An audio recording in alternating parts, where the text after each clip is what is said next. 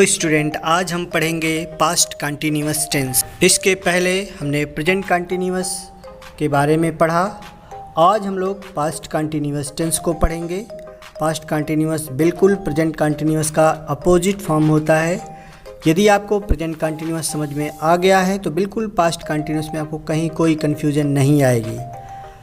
Present continuous में काम वर्तमान समय में जारी बताया जाता है, वहीं पास्ट कंटिन्यूअस में उसी काम को हम पास्ट टेंस यानी बीते हुए समय में उस काम को जारी बताया जाता है।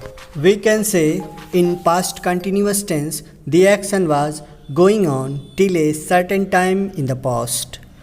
This tense is used to talk about an action at a particular time in the past. यानी पास्ट कंटिन्यूअस टेंस में जो भी काम होता है वो एक निश्चित समय तक के लिए होता है, वो भी बीते समय में होता है। यानी इस टेंस में हम केवल उस काम की बात करते हैं जो काम पहले हो चुका होता है। इस टेंस के वाक्यों की जो पहचान है वो क्रियाओं के अंत में, हिंदी के क्रियाओं के अंत में रहा था, रही थी, रहे थे आदि आते हैं। आप जैसे प्रेजेंट टेंस में आपको बताया गया था उसमें रहा है, रही है, रहे हैं। प्रेजेंट कंटिन्यूअस में रहा है, रही है, रहे हैं आता है, वहीं पास्ट कंटिन्यूअस में रहा था, रही थी, रहे थे देखने को मिलता है। तो इसे आप लोग अच्छी तरीके से याद कर ले, बहुत ही इजी है। पास्ट कंटिन्यूअस में दो चीज़ें बहुत अहम है जिन्हें आपको याद रखना है। पहला जो है कंटिन्यूटी इन पास्ट, सेंटेंस को आपको देखना है। सेंटेंस में अगर आपको लगता है कि ये पास्ट में कंटिन्यूटी बता रहा है तो इट मीन्स ये पास्ट कंटिन्यूअस टेंस है। सेकेंड जो टॉपिक है एक्शन ऑन गोइंग, उसमें जो काम हो वो जारी हो। गोइंग मतलब जारी होना, यानी एक्शन गोइंग हो, ऑन गोइंग हो, इससे भी आप फाइंड आउट कर सकते हैं। अब यहाँ एक और मुद्दा आता है, अगर पहचान रहा था, रही थी, रहे थे आ रहा है लेकिन उसमें अगर समय दे दिया गया है तो वह पास्ट परफेक्ट कंटिन्यूअस टेंस होगा, जिसके बारे में हम नेक्स्ट वीडियो में, आने वाले नेक्स्ट वीडियो में हम बात करेंगे। तो आज हम लोग पास्ट कंटिन्यूअस टेंस पढ़ते हैं। यदि आपने अभी तक प्रेजेंट कंटिन्यूअस का वीडियो नहीं देखा है तो ऊपर आई बटन पर टैप, नहीं तो आप नीचे डिस्क्रिप्शन में जाएं, डिस्क्रिप्शन में भी वो वीडियो ईजिली आपको नीचे मिल जाएगा। तो शुरू करते हैं पास्ट कंटिन्यूअस टेंस। हर रूल की तरह इस रूल में भी पहला जो रूल होगा अफर्मेटिव सेंटेंस। अफर्मेटिव को हम पॉजिटिव सेंटेंस भी कह सकते हैं। प्रेजेंट कंटिन्यूअस में हमने पढ़ा था subject plus is am are, वहाँ पे हेल्पिंग वर्ब जो थी वो इज एम आर थी, बट यहाँ पर helping verb is am are के जगह पे हम वाज वेर केवल मेंशन कर देंगे, बाकी सारी चीज़ें प्रेजेंट कंटिन्यूअस के ही तरह होंगी। इसे आप लोग अपनी कॉपी में नीट एंड क्लीन लिखें ताकि आपको ईजिली समझ में आए। अब क्वेश्चन उठता है कि वाज वेर कहाँ लगेगा। कुछ स्टूडेंट इसमें काफ़ी कंफ्यूज होते हैं कि सर वाज का प्रयोग हम कहाँ करते हैं, वेर का प्रयोग कहाँ करते हैं। कई बार तो कुछ स्टूडेंट आई के लिए कंफ्यूज हो जाते हैं कि सर आई कौन सा रूल है, आई क्या है, सिंगुलर नंबर है या प्लूरल नंबर है। तो जानकारी के लिए बता दें, I singular number first person subject है, तो आई के साथ हमेशा वाज लगता है, आई प्लूरल नहीं है। तो ये कन्फ्यूजन आप अपने दिमाग से निकाल दें, ठीक है। अब बढ़ते हैं इसके रूल्स की तरफ। मुद्दा है किस सब्जेक्ट के साथ कौन सा हेल्पिंग वर्ब लगता है।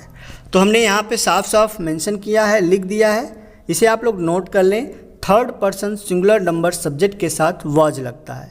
अब ये थर्ड पर्सन कौन होते हैं? ही, सी, इट, मोहन, सोहन, दिल्ली, किसी का भी नाम हो सकता है। आप इसे थर्ड पर्सन की कैटेगरी में रखेंगे। सेकेंड जो मुद्दा है first person singular number subject, जिसके बारे में हमने एक्सप्लेन किया। तो first person singular number subject I के साथ हमेशा वाज का प्रयोग करेंगे, ठीक है। आई के साथ वेर का भी प्रयोग होता है। यदि किसी स्टूडेंट को आ रहा है तो वो कमेंट बॉक्स में ज़रूर बताएं आई के साथ वेर का प्रयोग कहाँ होता है। इस पर हम नेक्स्ट वीडियो बनाएंगे, नेक्स्ट वीडियो में आपको इसके बारे में हम समझा देंगे। तो आज जो हमारा टॉपिक है पहले हम उस टॉपिक पे डिस्कस कर लेते हैं। तो थर्ड पर्सन सिंगुलर नंबर के साथ हम वाज लगाएंगे, first person singular number subject के साथ हम वाज लगाएंगे, वहीं first person plural number subject के साथ हम वर लगाएंगे। तो प्लूरल नंबर फर्स्ट पर्सन का सब्जेक्ट जो होता है वो WEV होता है, वी मीन्स हम। तो आई का जो प्लूरल नंबर होता है वी होगा। तो इस तरह से आप इसको समझ सकते हैं। बाकी सभी प्लूरल सब्जेक्ट के साथ हम वर लगाएंगे, WERE स्पेलिंग है वर। एग्जाम्पल है मैं अपनी किताब पढ़ रहा था।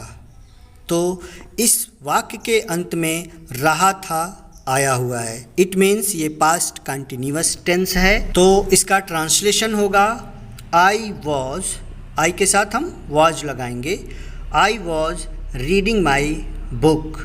बिल्कुल आप इसी तरह से इसका ट्रांसलेशन बनाएंगे। अगला जो एग्जाम्पल है, हम पास्ट कंटिन्यूअस टेंस पढ़ रहे थे। पास्ट कंटिन्यूअस टेंस यानी हम स्टडी कर रहे थे पास्ट कंटिन्यूअस टेंस का, तो ट्रांसलेशन बनेगा we were studying past continuous tense. बिल्कुल इस तरह से आप इसको लिखेंगे और समझेंगे, बहुत ही इजी है। इसके अलावा आप और भी बहुत सारे सेंटेंस का ट्रांसलेशन बना सकते हैं। बढ़ जाते हैं अगले रूल्स की तरफ, निगेटिव सेंटेंस। निगेटिव में वही करेंगे, इसके पहले जैसे हम हेल्पिंग वर्ब के बाद नॉट लगाते थे, यहाँ पर भी वाज वर के बाद नॉट लगाएंगे, फिर वर्ब में ING प्लस ऑब्जेक्ट का प्रयोग करेंगे। उदाहरण है वह झूठ नहीं बोल रहा था। प्रेजेंट में होता तो वह झूठ नहीं बोल रहा है, लेकिन ये पास्ट में हम कन्वर्ट कर दिए हैं, तो वह झूठ नहीं बोल रहा था। तो ट्रांसलेशन होगा he was not telling a lie. बिल्कुल इस तरह से होगा। अगला जो रूल है इंट्रोगेटिव सेंटेंस। इंट्रोगेटिव में दो ग्रुप होते हैं, दो ग्रुप हमने अलग अलग तरीके से इसको समझाया है, ए ग्रुप और बी ग्रुप। तो ए ग्रुप का मतलब आपको समझ में आ चुका होगा, मतलब जब क्या से कोई वाक्य प्रारंभ होता है तो वह ए ग्रुप होता है। इसके जो रूल्स होंगे ट्रांसलेशन के लिए, हेल्पिंग वर्ब को हम पहले लिखेंगे, तो वाज वर पहले होगा, फिर सब्जेक्ट, वाज वर पहले होगा, फिर सब्जेक्ट, फिर वर्ब के फर्स्ट फॉर्म में इंग का प्रयोग करेंगे, then we will write object. Example, क्या तुम इन पौधों को पानी दे रहे थे? ट्रांसलेशन होगा were you watering these plants. B group में प्रश्नवाचक शब्द बीच में आते हैं।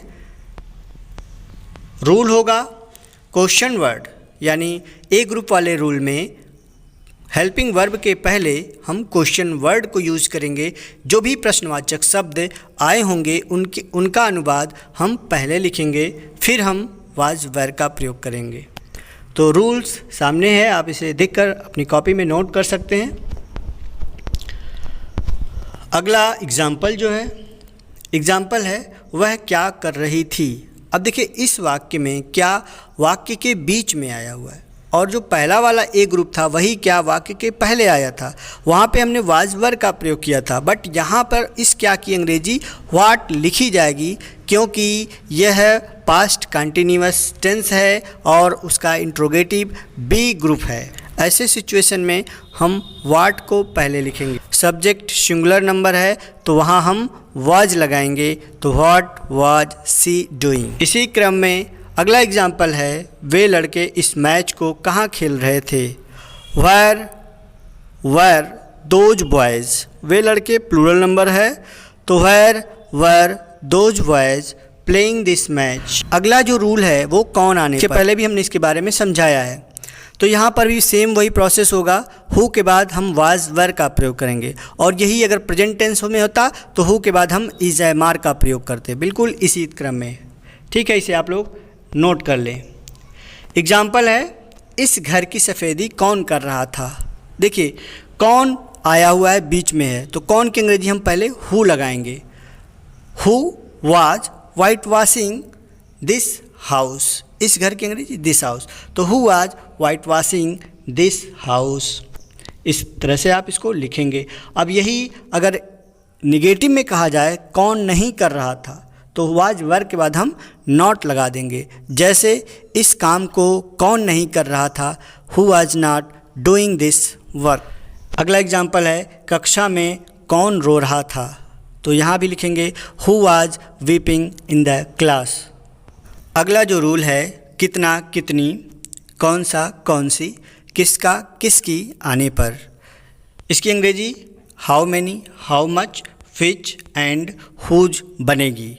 अब जब ये सारे वर्ड आते हैं तो इसकी अंग्रेजी हम कैसे बनाते हैं, इसका जो रूल है नीचे हमने मेंशन कर रखा है। पहले हम क्वेश्चन वर्ड को लिखेंगे, देन नाउन लिखा जाएगा, question word plus noun plus was were plus subject plus verb में आईएनजी प्लस ऑब्जेक्ट। इस तरह से आप इसको लिखेंगे। इंट्रोगेटिव का ही सारा रूल होता है, केवल क्वेश्चन वर्ड के बाद हम नाउन वर्ड यूज करेंगे, क्योंकि ये जो शब्द होते हैं इनके बाद एक नया शब्द देखने को मिलता है। कितना है तो कितना के बाद एक नाउन रहेगा, कौन सा है तो कौन सा के बाद भी एक नाउन आएगा, किसका है तो किसका के बाद भी एक नाउन आता है। तो इसीलिए हमने इसको एक नाम दिया है। तो इस प्रकार आप इसे ईजिली समझ सकते हैं, लिख सकते हैं। एग्जाम्पल की बात करें, वह कितना पानी पी रहा था, तो पानी अनकाउंटेबल है, तो यहाँ हाउ मच का प्रयोग करेंगे। How much water, water noun है तो how much water was he drinking.